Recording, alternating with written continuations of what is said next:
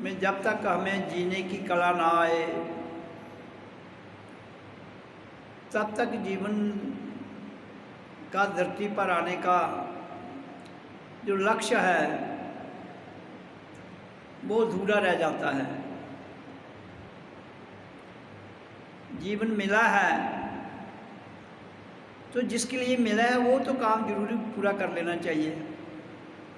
लेकिन इंसान ने किया क्या? जो असली कार्य था वो भूल गया और जो उसको प्रथा में मिला था, मान्यताएं मिली थी,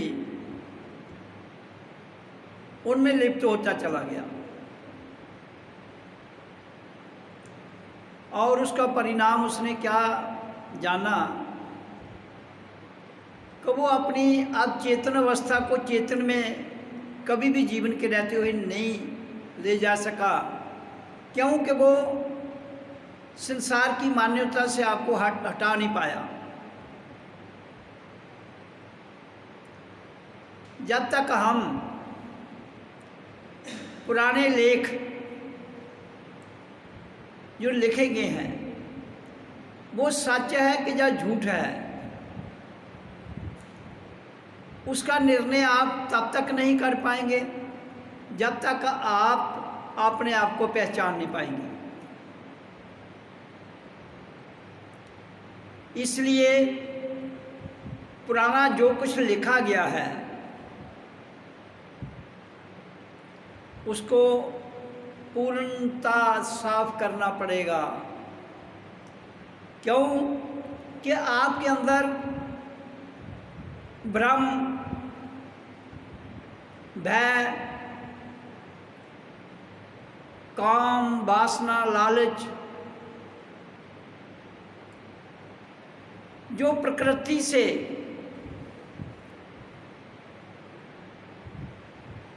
नहीं मिला, क्योंकि प्रकृति तो अपना बैलेंस रख के चलती है, लेकिन इंसान ने उस प्रकृति के सिस्टम को ध्वस्त करते हुए अपने नियम बना लिए।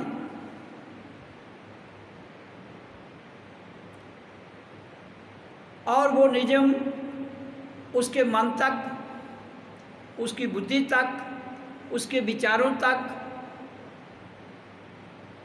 और उसके ज्ञान तक सीमित थे।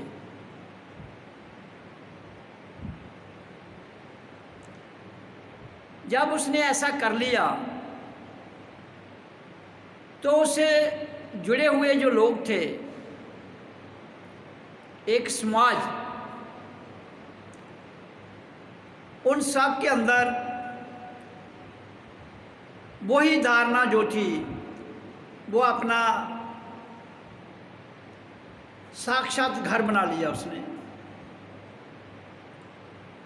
और जब ऐसा कर लिया तो उसके अंदर जो लीपा पोची मान्यताओं के आधार पर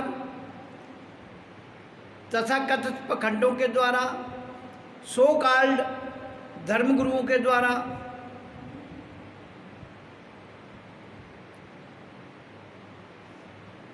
जो भी बातें बताएंगी उसी में परिपक्व होता गया। लेकिन मेरा जहाँ मानना है कि जब तक हम अपनी पहचान ना कर पाएं तब तक किसी बात को भी एज इट इज़ नहीं लेना चाहिए। क्यों कि आपके पास सब कुछ है। सबसे बड़ी चीज़ आपके पास आत्मतीय शक्ति है और उस आत्मतीय शक्ति से प्रकृति चलती है, हमारा शरीर चलता है। तो शरीर के रहते हुए जो एक अल्टीमेट सत्य है, आत्मतीय ऊर्जा, उसे समझने की ज़रूरत है। तो उसे समझने के लिए हमें बुद्धि लगाने की ज़रूरत नहीं है, मन को आगे आने देने की ज़रूरत नहीं है, विचारों का भी वहाँ कोई रोल नहीं है। और जितने भी संसार की प्रथाएं हैं जो हमें विरासत में मिली हैं उनको भी आड़े आने नहीं देना है। तब जाकर ध्यान लगेगा, क्योंकि इंसान की विचारधारा जो है मन से, बुद्धि से, और जो हमें तथाकथित समाज से मिली है, वो सारी की सारी हमारे ध्यान में बहुत बड़ी बाधा है।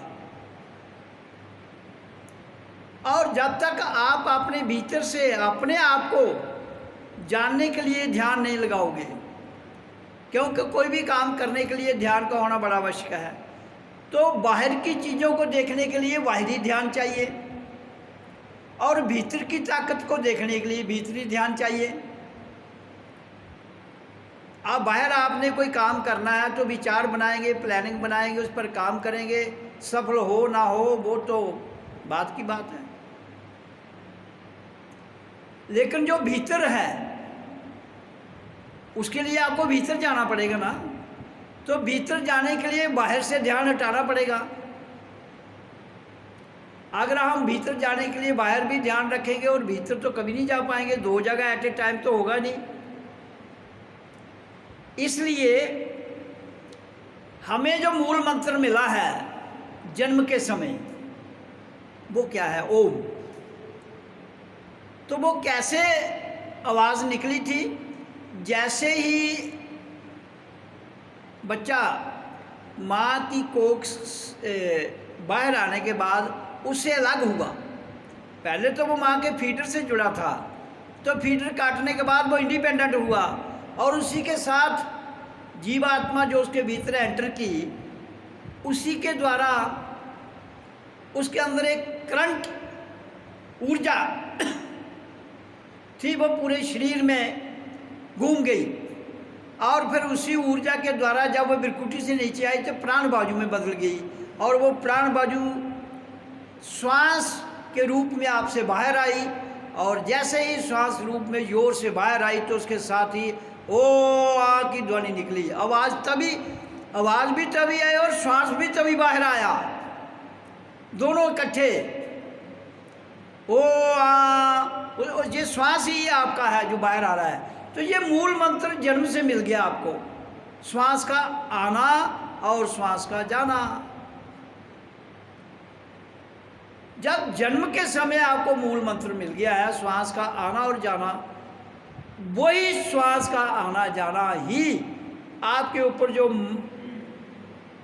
संसार का मैल चढ़ा देता है। तो वो जब सांस भीतर खींचते हो तो आपके अंदर मैल जाती है, ऑक्सीजन भी जाती है और ऑक्सीजन के साथ साथ संसार के विचार भी जाते हैं।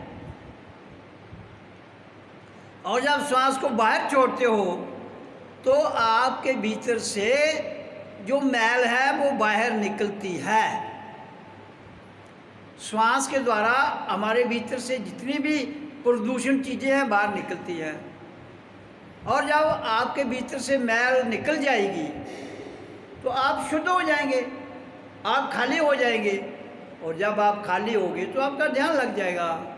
तो बाहर के विचार, बाहर की भाषा, बाहर की वाणी सारी की सारी शांत हो जाएगी और आप भीतर से प्योर हो जाएंगे, शुद्ध हो जाएंगे और आपका भीतर साफ हो जाएगा। और भीतर जब आप जाएंगे तो फिर वहाँ आपका ध्यान लगेगा। उस ध्यान के द्वारा आप अपने भीतर को पढ़ पाएंगे, क्योंकि ध्यान भीतर चला गया। और जब ध्यान भीतर चला गया तो भीतर आपके जो शक्तियाँ हैं वो स्पष्ट रूप से आप अपनी तीसरी आँख, जिसको शिव नेत्र, जिसको ज्ञान नेत्र, जिसको दिव्य दृष्टि कहा गया है, उसके द्वारा अपनी पहचान करना शुरू कर देते हो। सिंपल सा रास्ता है, इतना उलझा दिया। वही आपकी श्वास क्रिया आपका गुरु है। जिस दिन वो खत्म हो जाएगी आपकी छुट्टी, गुरु गया तो आप भी चले गए। असली गुरु क्या है? जो जन्म के समय आपको ध्वनि और श्वास क्रिया, तो ओम का उच्चारण इसलिए कराया जाता है, जैसे ही हम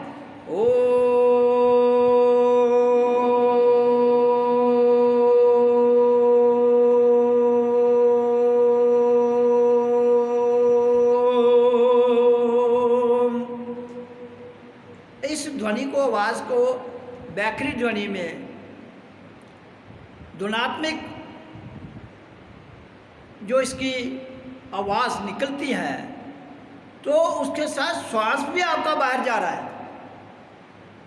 जितना लंबा उच्चारण करेंगे, जितना लंबा श्वास बाहर जाने देंगे, उतनी ही आपके भीतर प्योरिटी आएगी। आपके अंदर से जितनी भी बातें हैं वो बाहर निकलेंगी। और इसलिए मैं कहता हूँ लेना कम है, क्योंकि जितना ज़्यादा लंबा अंदर खींचोगे उससे ज़्यादा ही वो पहले ही मैल है और आएगी। इसलिए छोड़ना ज़्यादा है श्वास को, लेना कम है। क्योंकि गंदगी का ढेर जो बहुत बड़ा लगा है इंसान के अंदर जन्म जन्मांतर के बीच में, तो वो श्वास क्रिया से ही निकलेगा और कोई दुनिया की ताकत नहीं निकाल सकती। आपके मंत्र नहीं निकाल सकते, आपका पूजा पाठ नहीं निकाल सकता। क्यों? कोई भी मंत्र आप बोलोगे वो शक्ति जरूर दे सकता है, मंत्रों में शक्ति है, आपकी योग क्रिया में शक्ति है, लेकिन आपको खाली नहीं हो सकते। आप खाली होने का आपका एक ही तरीका है, अपनी श्वास क्रिया को छोड़ना, जो दुनिया का सबसे बड़ा मंत्र है। और उस श्वास क्रिया के साथ अपने आप को अनुभव करना, फील करते हुए उसको छोड़ना है। जो मैंने बताया कि उच्चारण भी करने के बाद जब आप शांत बैठते हो तो अपनी श्वास को छोड़िए, लंबा छोड़ते जाइए, छोड़ते जाइए, लीजिए कम, तो आपका ध्यान लगेगा। आप समाधि अवस्था में जाओगे, आपके अंदर की मैल साफ हो जाएगी, आपके अंदर प्योरिटी आएगी, आपके अंदर सत्यता आएगी। और सत्य ही तो जीवन है। जब सत्यता आ जाएगी तो जीवन जीने की कला आ जाएगी। पहले तो जीवन आप बैसाखी के द्वारा चला रहे थे, फिर आप इंडिपेंडेंट चलाएंगे, जिसको हम कहते हैं सच्ची आज़ादी प्राप्त करना, आध्यात्मिक विचार क्रांति लाना, सच्ची आज़ादी प्राप्त करना, बाहर और भीतर से एक हो जाना, यही तो हमारा लक्ष्य है। तो फिर आप जब इन सारी बातों को अपने भीतर से बड़े आराम से, प्यार से समझ जाएंगे, तो आपके अंदर से निकलता है आम ब्रह्मस्मि, मैं आत्मा हूँ। ऐसे रट्टा लगाने से काम नहीं चलेगा। जब तुम भीतर उस एक प्रकाश को, एक ज्योति स्वरूप को अपनी ध्यान अवस्था में अपने आप को मग्न आनंद में ले जाओगे, तो वहाँ फिर आप अपने आप को एकांत में अपने आप से बातें करोगे, अपने आप में रहोगे, अपने आप की समझ आ जाएगी। क्योंकि इंसान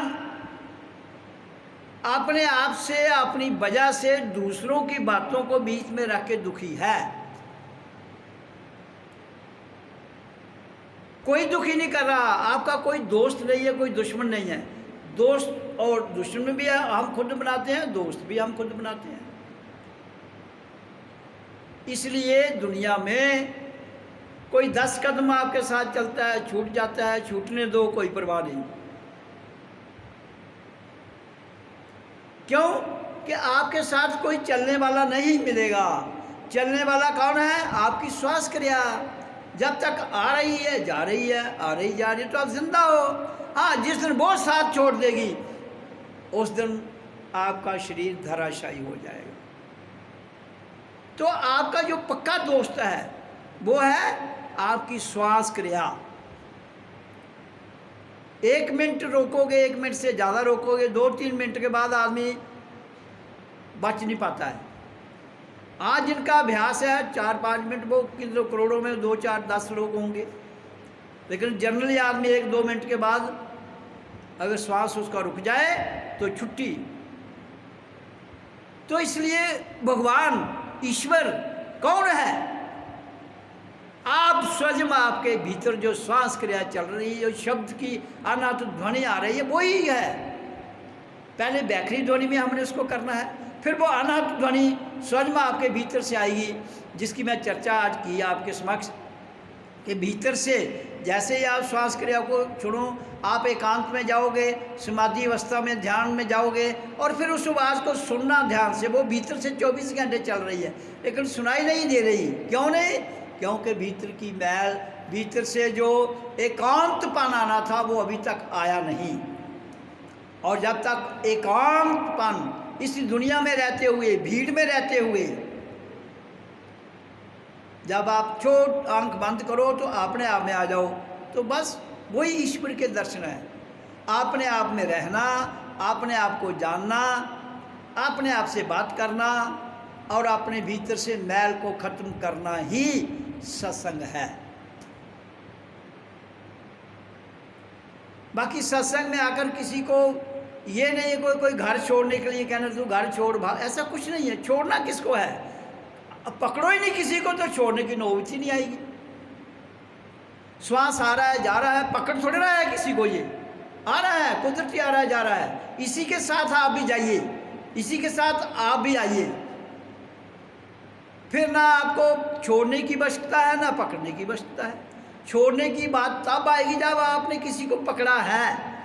अगर पकड़ा ही नहीं तो छोड़ना किसको है?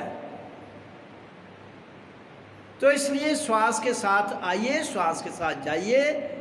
ओम का उच्चारण भी आपको श्वास के साथ ही ले जा रहा है। इसलिए मैं कहता हूं कि लंबी ध्वनि में जितना उठा सकते हो, ओ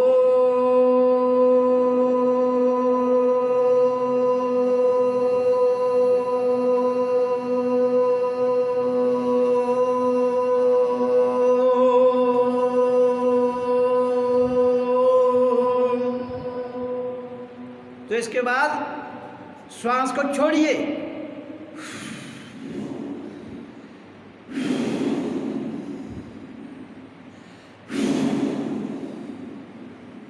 तो जैसे आप सांस छोड़ेंगे, उच्चारण के द्वारा भी सांस जा रही है, वहाँ ध्वनि भी है और प्राण बाजू भी जा रही है। तो इसलिए वो आपको प्योरिटी करेगी। और फिर जब आप बाहर की प्योरिटी और भीतर से श्वास छोड़े हुए तो अंदर की प्योरिटी हो जाएगी। यही रहस्य है जीवन का। बाकी जितनी भी कथाएं लिखी गई हैं, जितनी भी कहानियाँ लिखी गई हैं, वो सब की सब आपको एक उदाहरण देकर कि ये उसके उदाहरण है प्रकृति में, लेकिन सत्य तो आपके अंदर है। आनंद आपके भीतर है।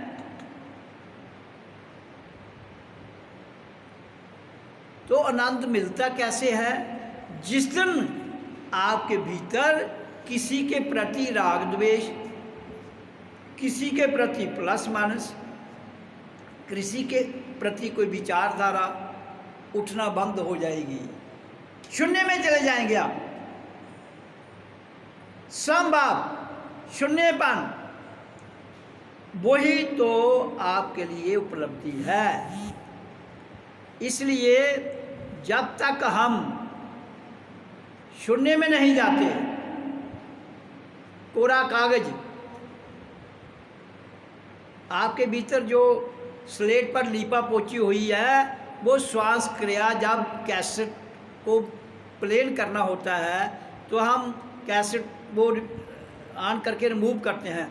अब यहाँ कौन सी जो भीतर आपके जन्म जन्मांतर के भीतर की जो कैसेट है, समाज ने दी हुई है, प्रथा में मिली हुई है, कुछ आपने सीखी हुई है, तो वो श्वास के द्वारा ही, जैसे ही आप ओम, तो ऐसे आवाज से करेंगे, लंबी ध्वनि में ओम शब्द ध्वनि करेंगे, और उसके बाद श्वास को छोड़ेंगे तो आपकी स्लेट साफ हो जाएगी। जब स्लेट साफ हो गई तो आपको समझ आ जाएगी कि अब हम विचार शून्य, विकार मुक्त, आत्मीय युक्त और मोक्ष युक्त स्थिति में चले जाएंगे। आपका सबसे बड़ा धर्म कर्म ही मोक्ष प्राप्ति है। अगर वो नहीं कर पाए तो जीवन आपका ऐसे ही, जो इंसान है इसका जीवन दर बदर होता रहेगा, कभी खुशी कभी गम, उसी में गुजर गाजर के चला जाएगा। और फिर समय आएगा समाप्त, 2-4 दिन रिश्तेदार आगे पीछे लोग बातें करेंगे, उसके बाद भूल जाएंगे। तो इसलिए मेरा सत्संग वाणी के द्वारा कहने का भाव क्या है, हम सबका मालिक एक सतगुरु हमारे भीतर बैठा हुआ है और उसका मंत्र है श्वास का छोड़ना और श्वास का आना। इन दोनों को लंबा छोड़िए। जब आपकी लंबा छोड़ते छोड़ते प्रैक्टिस ध्यान समाधि हुई तो समभाव में आपकी आ जाएगी, क्या प्राण बाजू समभाव में। फिर आपको कुछ भी नहीं करना है, केवल आंख बंद करनी है, आपका ध्यान लग जाएगा।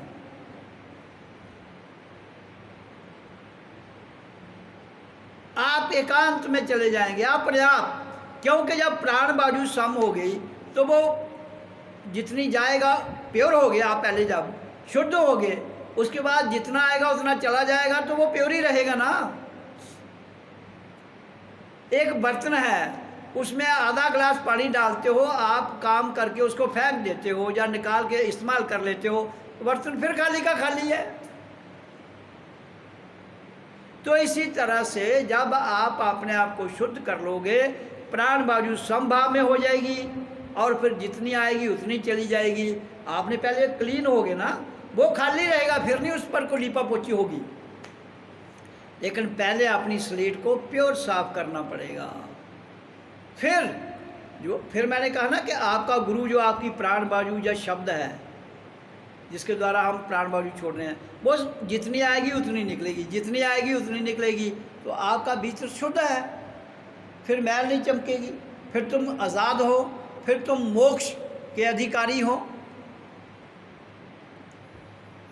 बाकी संसार की जितने भी बातें हैं वो तथाकथित पखंड हैं।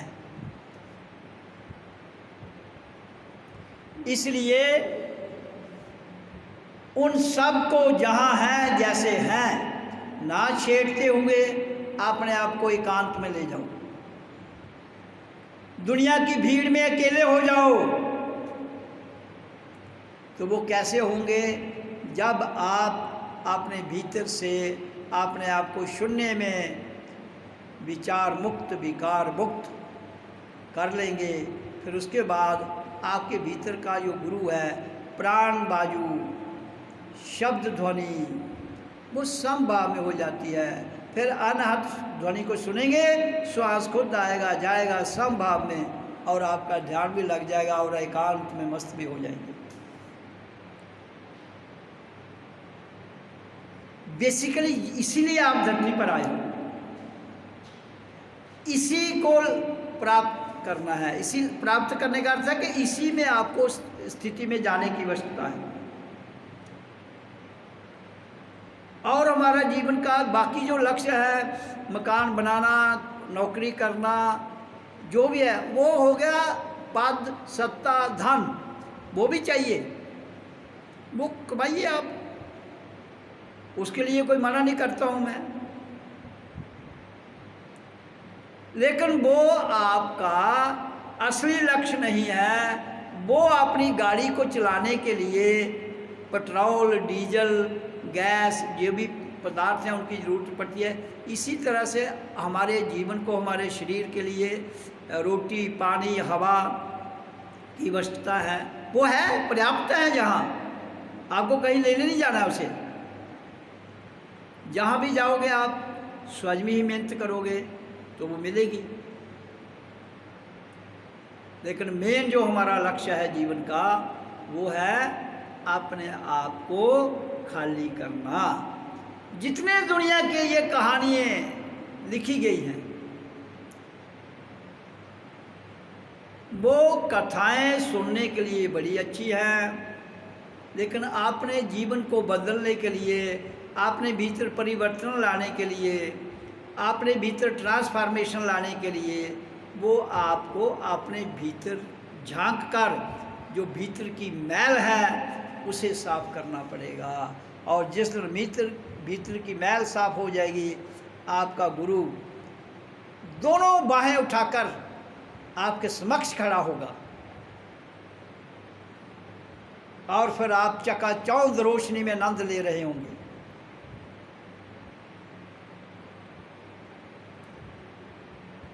ये वो चीज़ है जो आपके भीतर है, कहीं बाहर नहीं जाना आपको।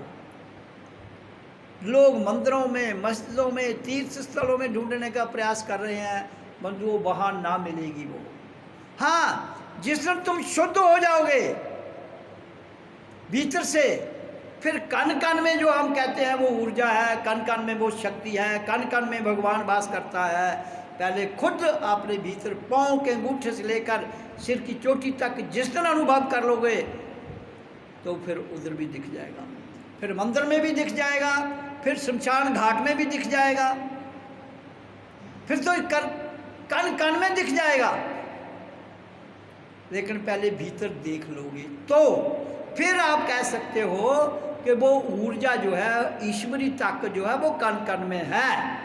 तो आपका पाँव का अंगूठा से लेकर यहाँ तक इस कण कण में देख लो पहले, फिर बाहर देख लो, फिर बाहर भीतर एक।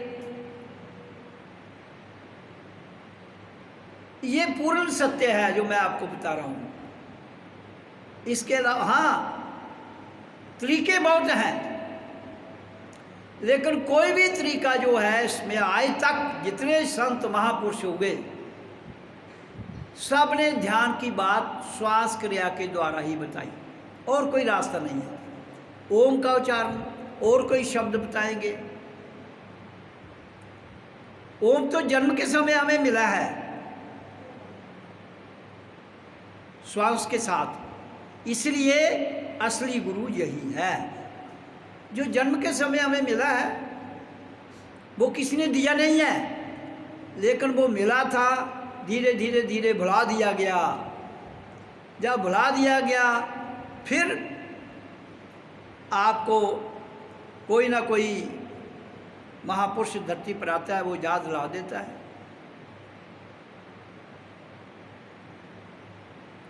क्योंकि इंसान समय की धारा में इस बातों को भूल जाता है और फिर याद दिलाया जाता है तो वो करो, तो अपने आप को जान लो। बाकी संसार के पदार्थ जितने भी हैं ये आपके सत्उपयोग के लिए बने हैं, उनका सदुपयोग कीजिए। और कभी भी जीवन में दिक्कत नहीं आएगी जब आप विचारों में फंसोगे, जब आप दूसरे की बातें सुनोगे, जब आप कभी वहम में चले जाओगे और कहीं से फिर राय लेना शुरू कर देंगे, तो फिर जो भीतर बैठा हुआ ईश्वर है वो कहता है ठीक है, तू मेरे पर भरोसा नहीं करता है, दूसरों पर भरोसा करता था, जा देख ले कितनी की मदद करेंगे वो तेरी। तो इसलिए मेरा कहने का भाव यही है कि अपने आप को ध्यान, समाधि, जागृत समाधि, समाधि तो 7 प्रकार की है, संकल्प, विकल्प, निर्विकल्प, कैवल्य,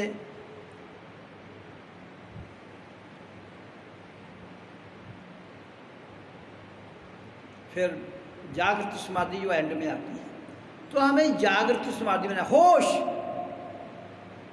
बेहोशी में आप सोए हो तो आपका कोई भी मुंह चाट जाएगा, आपको पता नहीं चलेगा, लेकिन होश में तो पता चलता है ना। इसलिए कहता होश से जी, होश में रह। और जब तुम होश में जीना सीख जाओगे तो फिर कभी भी मार नहीं खाओगे। इसलिए भजन करने का अर्थ क्या है? होश में आना। अब चेतन माइंड जो है उससे चेतन में जाना है। आज चेतन माइंड बेहोशी है और चेतन जो माइंड की अवस्था है वो जागृत अवस्था है। इसी तरह से आप चेतन ध्यान, आप चेतन समाधि, हमने चेतन में जाना है।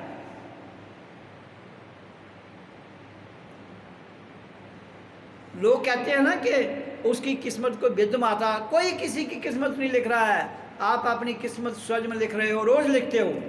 हाँ, लिखते खुद हो, बेहोशी में लिखते हो, इसलिए भूल जाते हो।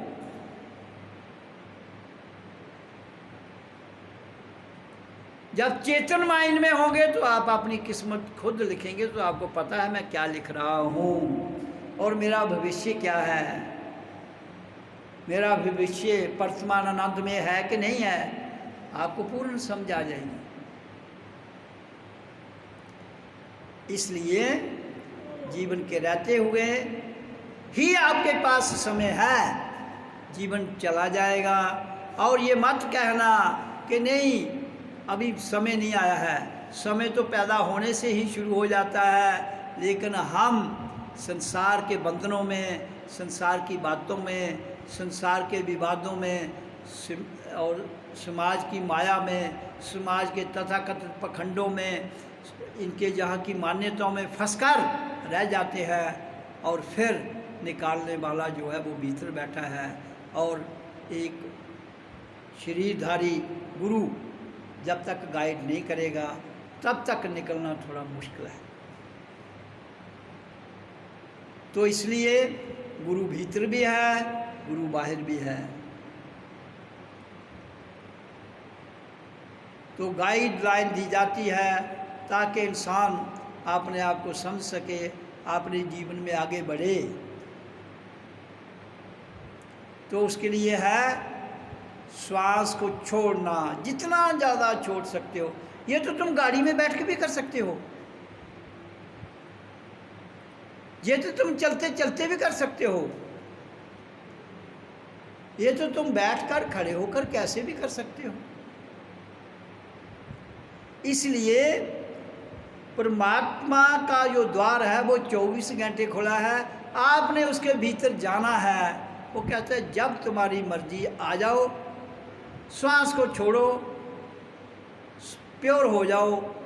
तो मैं तो भीतर ही हूँ, वो प्योर हो जाओगे। मन प्योर नहीं है, बुद्धि प्योर नहीं है, आपकी काम वासनाएं हैं, जितनी ज्ञान इंद्रियाँ, कर्म इंद्रियाँ, ये सब प्योर नहीं हैं। जब जितने शुद्ध हो जाएगी तो इन्हीं से प्रकाश का मंबा फूटेगा, इन्हीं से अनाहत ध्वनि इन्होंने ढक दिया है, इन्हीं से ही पूरी ऊर्जा निकलेगी। तो इसलिए अपना समय ना गवाते हुए, यहाँ आप हफ्ते में एक बार आते हो, बाकी 6 दिन घर में रहते हो, तो 6 दिन भी जैसे इधर घंटा 2 घंटे देते हो, घर में भी 2-3 घंटे जरूर दो। अपनी श्वास क्रिया को छोड़ो, बैठो, आंखें बंद करो और अपनी श्वास के साथ देखो कैसे बाहर जा रही है, और जब खींचनी है तो वो खुद आ जाएगी। आपको बाहर जाने का ध्यान देना है, तभी त्याग आता है। देने से, जब आप श्वास को दे देंगे तो आपके भीतर से एक देने की प्रथा आएगी। तो देना ही सबसे बढ़िया है। लेना बोझ है, देना बोझ को उतारना है। ये तो सीधी सी बात है। आपने सिर पर अगर बोझ उठाया है, उसको फेंक दो तो हल्के हो जाओगे। अगर वो बोझ और ले जाओगे तो दब जाओगे, और दब गए तो फिर सावड़ी आना, छुट्टी। इसलिए देना ही, जो कुछ दे सकते हो जीवन में दो। श्वास दो, तन मन धन भी अगर किसी के काम आता है तो जरूर दो। लेकिन ये नहीं मैं कह रहा हूँ कि खुद भूखे रहो तो दुनिया खिलाते रहो, ऐसा कुछ नहीं। स्वयं भी, औरों को भी। लेकिन ये प्रथा नहीं बनानी है कि मैंने कहा कि देते जाओ। जागृत अवस्था में कह रहा हूँ, चेतन अवस्था में, होश में, बेहोशी में मत देना किसी को, वो भी बेहोश हो जाएगा।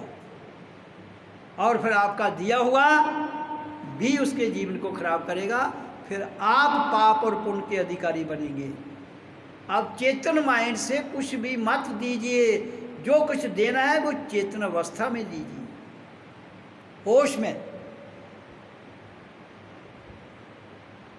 कोई कहता नहीं मैं दान दे रहा हूँ, मैं मंदिर बना रहा हूँ, मैं मस्जिद, मैं बहुत पुण्य कर रहा हूँ। कोई पुण्य कीजिए, सिर्फ मन की कहानियाँ हैं, कथा है, वो कथाओं में लिखा है उसने इतने मंदिर बनाए, वो हो गया, ये सब कहानियाँ।